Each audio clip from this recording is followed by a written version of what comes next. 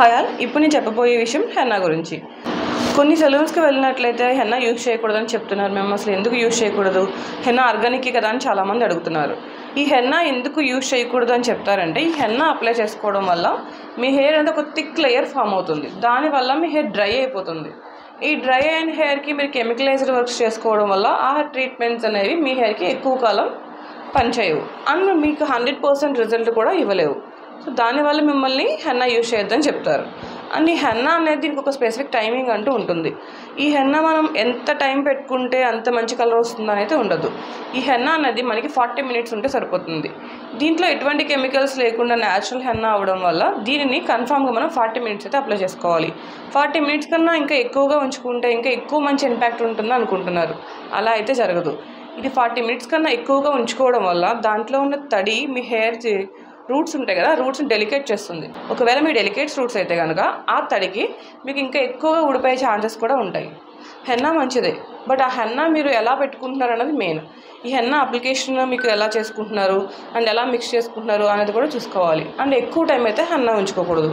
సెలూన్స్లో henna ఎందుకు use చేయకూడదు అని చెప్తారంటే, హెన్నా యూజ్ చేయడం వల్ల మీ హెయిర్ మీద ఒక థిక్ లేయర్ ఫామ్ అవుతుంది.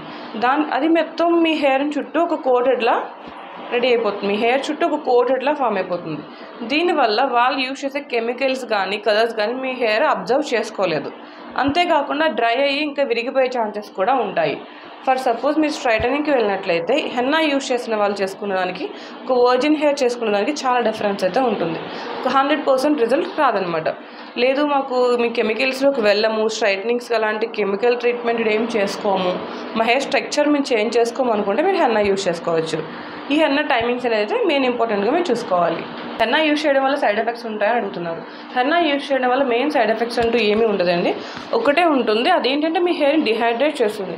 అంటే మీ హెయిర్ అది హెన్నా ఎక్కువసేపు ఉంచుకోవడం వల్ల ఏమవుతుందంటే ఆ వెట్కి అది హెయిర్ అనేది మీకు ఒక స్టిఫ్గా తయారవుతుంది. దానివల్ల ఏంటంటే మీ హెయిర్ అనేది విరిగిపోతూ వస్తుంది. సో హెన్నా టైమింగ్ కూడా మీరు మెయిన్గా చూసుకోవాలి. సిల్కీ హెయిర్ వాళ్ళకి కొంచెం బెటర్ రిజల్ట్ అయితే ఉంటుంది. ఇఫ్ ఇన్ కేస్ మీరు డ్రై హెయిర్ కానీ మీరు హెన్నా యూజ్ చేయాలి అనుకుంటున్నట్లయితే కనుక మీరు హెన్నా యూజ్ చేసి నెక్స్ట్ డే ఫుల్గా ఆయిల్తో ఫుల్ మాయిశ్చరైజ్ చేసుకోండి. అండ్ కెమికల్ సల్ఫేట్ లేని షాంపూస్ మాత్రమే యూజ్ చేయండి. అండ్ హెయిర్ వాష్కి ముందు కన్ఫామ్గా మీరు ఆయిల్ అయితే అప్లై చేసుకోండి. ఇలా చిన్న చిన్న రూల్స్ పాటించి మీరు హెన్నా యూజ్ చేయడం వల్ల మీకు ఎట్లాంటి సైడ్ ఎఫెక్ట్స్ ఉండదు. బట్ స్ట్రైట్నింగ్, స్మూత్నింగ్ ఇలాంటివి చేసుకునే ఇంట్రెస్ట్ ఉంది అనుకున్న వాళ్ళు మాత్రం హెన్నాని అవాయిడ్ చేయండి. హెన్నాని ఓవర్ నైట్ సోక్ చేసి పెట్టుకుంటే చాలా మంచిది. దీనికోసం మీరు ఒక ఐరన్ బౌల్లో హెన్నాని తీసుకొని ఫుల్గా మిక్స్ చేసి అలా ఓవర్ నైట్ పక్కన పెట్టేసేయండి. మార్నింగ్ మీరు అప్లై చేసుకోవడానికి ముందుగా ఒక ఎగ్ వైట్ కానీ మిక్స్ చేసుకొని అప్లై చేసుకోండి. ఎగ్ వైట్ ఉంది కదా అని చెప్పేసి మీరు షాంపూ మాత్రం వెంటనే యూజ్ చేయొద్దు. ఎగ్ వైట్ పెట్టినా సరే ఈ హెన్నా వల్ల మీకు స్మెల్ అనేది అయితే ఉండదు. మీరు హెన్నా అప్లై చేసుకుని 40 minutes ఉంచిన తర్వాత దాన్ని ఒక వామ్ వాటర్తో వాష్ చేసేసేయండి. ఇంకెలాంటి షాంపూస్ యూజ్ చేయొద్దు. నెక్స్ట్ డే మీరు ఒక ఆయిల్ పెట్టుకొని మళ్ళీ షాంపూ వాష్ చేసుకోండి. ఇలా చేసుకోవడం వల్ల మీ డ్రైనెస్ కూడా తగ్గుతుంది.